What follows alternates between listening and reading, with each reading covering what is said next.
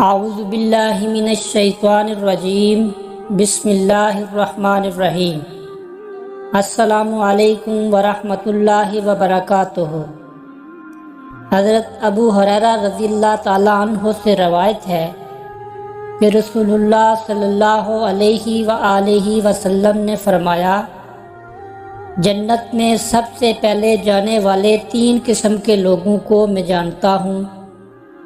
Number 1 شہید، number 2 وہ غلام جو اللہ کے حقوق اور اپنے مالک کے حقوق پورے کرتا ہو، نمبر 3 وہ پاک دامن فقیر جو دست سواز دراز کرنے سے بچتا ہو۔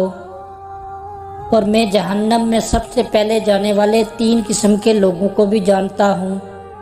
وہ بادشاہ جو زبردستی لوگوں پر حکمرانی کرے، مالدار جو مال کا حق پورا نہ کرے، اور غریب آدمی جو متکبر ہو۔